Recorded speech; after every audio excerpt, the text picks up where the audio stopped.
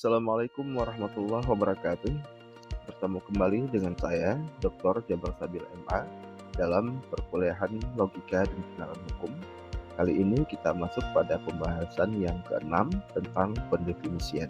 Kajian ini bersumber dari buku Logika dan Kenalan Hukum yang diterbitkan oleh Raja Gavindo Persada pada tahun 2024. Mengawali kajian ini, mari kita melihat standar kompetensi, di mana mahasiswa diharapkan mampu menganalisis relevansi penelitian dengan penerapan hukum.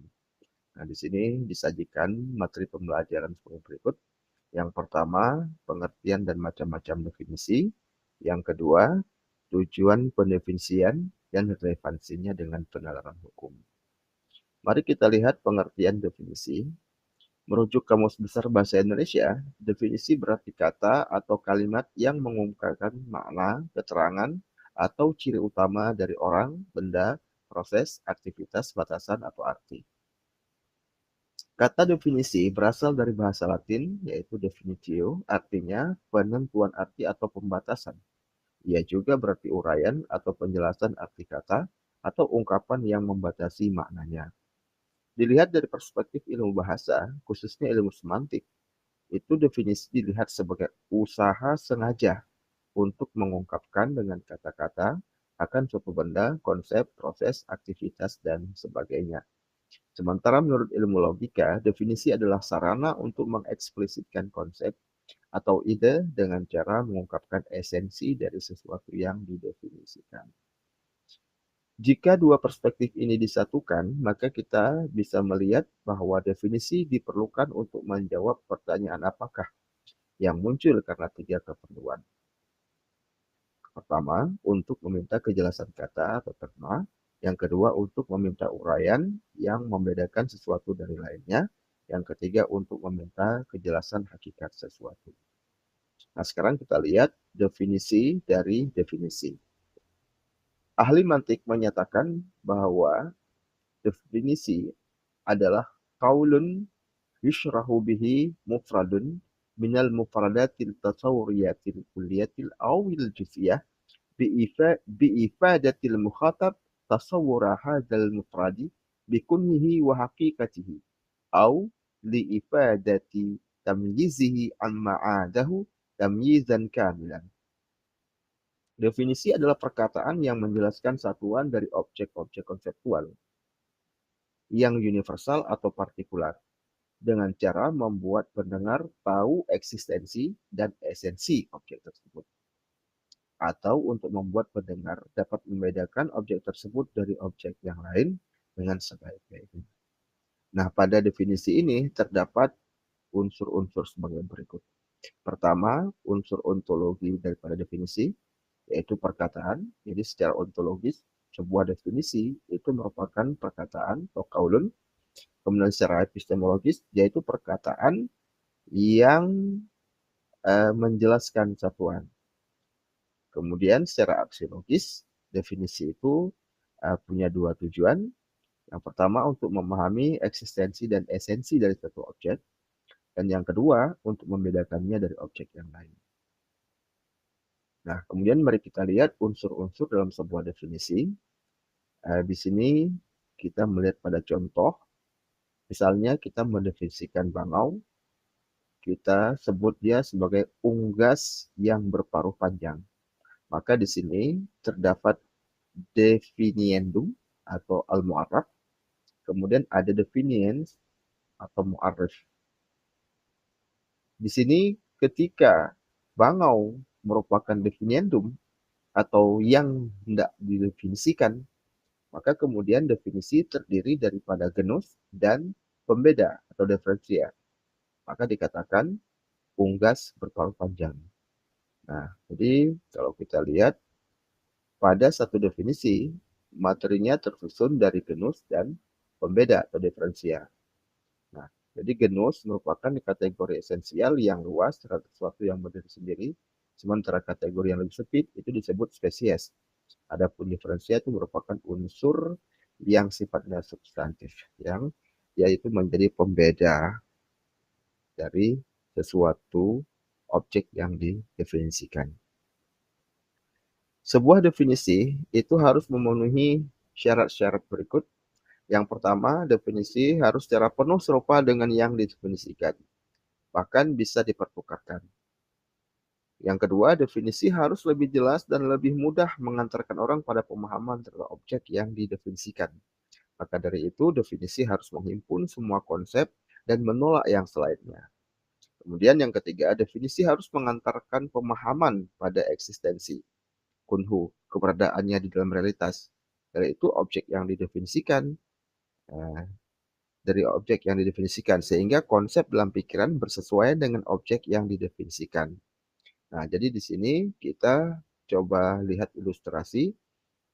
Misalnya di sini ada seekor bangau, ini merupakan keberadaan dalam eksistensi, maka kita akan melihat ada hewan serupa, ayam, itik, yang semuanya ini merupakan sesuatu yang ada di dalam realitas atau yang kita sebut sebagai eksistensi atau kunhu. Tetapi dari yang eksis ini, kita kemudian menemukan substansi yang membentuknya. Ada kesamaan-kesamaan yang kemudian membawa kita kepada penemuan esensinya. Jadi, kemudian kita bisa melihat esensi hewan-hewan ini adalah unggas. Nah, dari itu kita bisa melihat pergerakan pemikiran.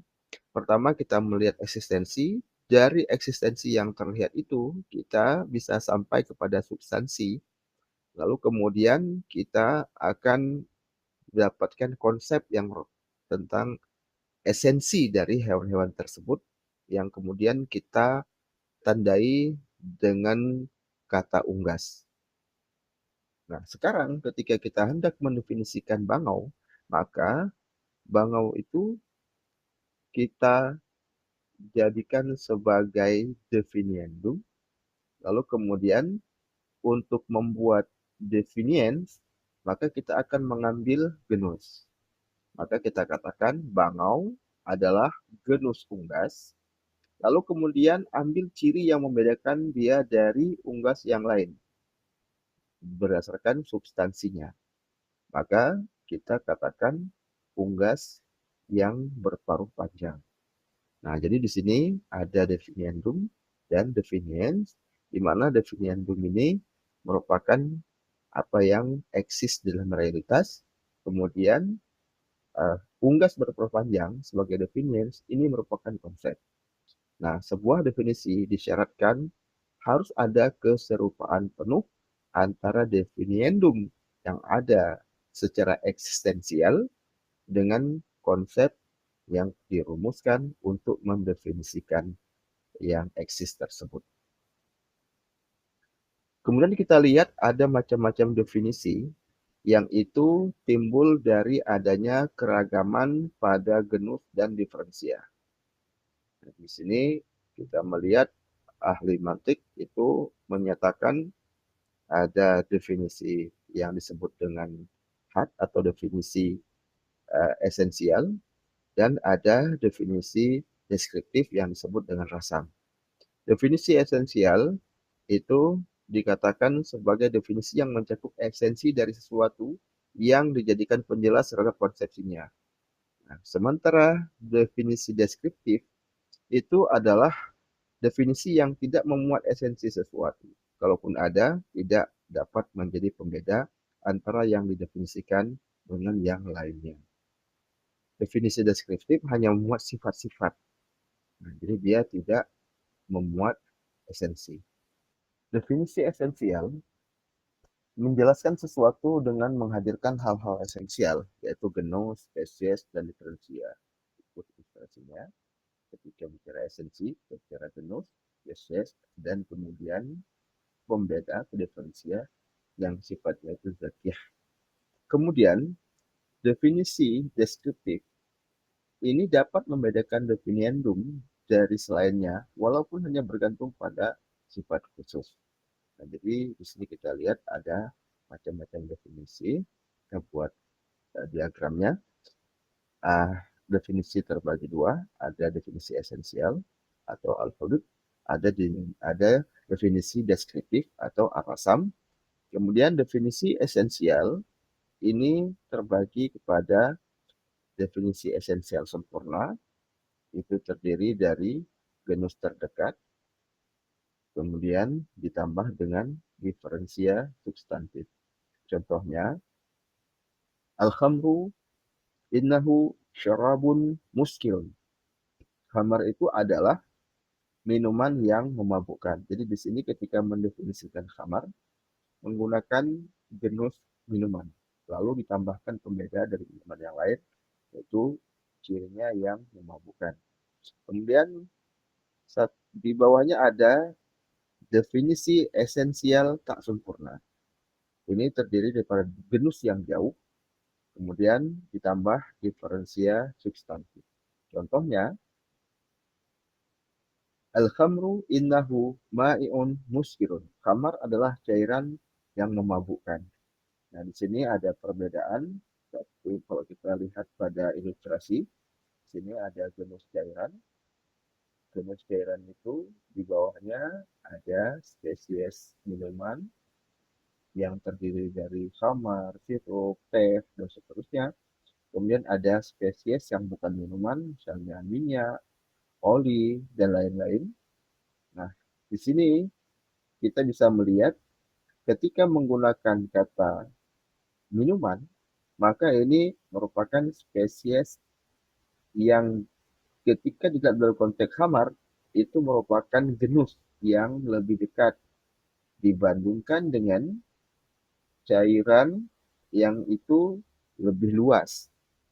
Jadi penggunaan kata minuman itu lebih dekat dengan khamar daripada menggunakan kata cairan. Jadi di sini ada genus yang terdekat, genus yang terjauh. Kalau digunakan genus yang terdekat, maka dia disebut sebagai definisi esensial sempurna. Kalau digunakan yang lebih jauh, dia menjadi definisi esensial tidak sempurna. Sementara definisi deskriptif, itu juga ada deskriptif sempurna, dia terdiri pada genus terdekat, ditambah dengan sifat yang khusus. Contohnya, mendefinisikan manusia sebagai yang tumbuh dan yang makan.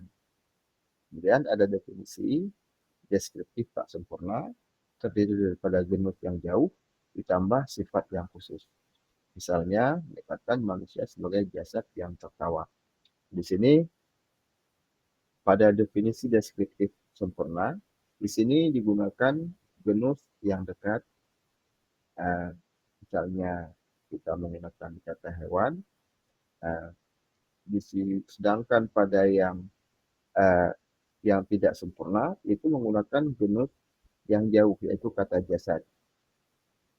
Jadi bedanya pada yang pertama itu uh, kata hewan itu lebih dekat karena hewan itu hidup bernyawa, sementara jasad itu tidak mesti bernyawa.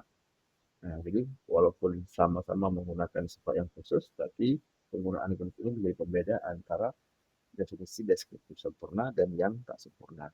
Kemudian di bawahnya ada definisi nominal atau verbal. Ini cukup dengan menggunakan sinonim. Nah, di sini uh, kita bisa melihat sesuai makna kamus. Misalnya kata arca adalah patung. Nah, ini hanya menggunakan sinonim untuk menjelaskan atau mendefinisikan objek. Kemudian ada definisi melalui contoh. Ini disebut dengan definisi nominal. Ini dilakukan dengan cara menghadirkan bendanya. Misalnya kita mengatakan ini kerikil. Nah, kita tinggal ambil bendanya. Kemudian ada definisi melalui kategori. Ini kita bisa lakukan dengan menyebut sifat-sifat benda seperti misalnya hewan, ya, gajah misalnya kita jelaskan sebagai hewan yang berbelalai dan bergading. Menutup kajian ini, mari melihat tujuan pendefinisian. Pertama, soal pendefinisian masih ada perbedaan pendapat yang menurut Skoprojo dapat dipilah dalam 3 kelompok pandangan utama, yaitu esensialis yang melihatnya sebagai pendefinisian itu sebagai penemuan hakikat terdalam atau esensi sesuatu. Yang kedua ada kelompok yang melihatnya cukup dengan mendeskripsikan atau melaporkan saja. Yang ketiga, perspektif linguistik yang cukup dengan bahasa. Nah, secara umum, pandangan ini timbul karena perbedaan dalam melihat tujuan pendefinisian. Nah, sebagian ahli logika bahkan cukup ekstrim, sehingga kemudian uh, melakukan penolakan-penolakan, bahkan juga ada hujatan-hujatan kepada mereka yang demikian ekstrim untuk melihat pendapat ini.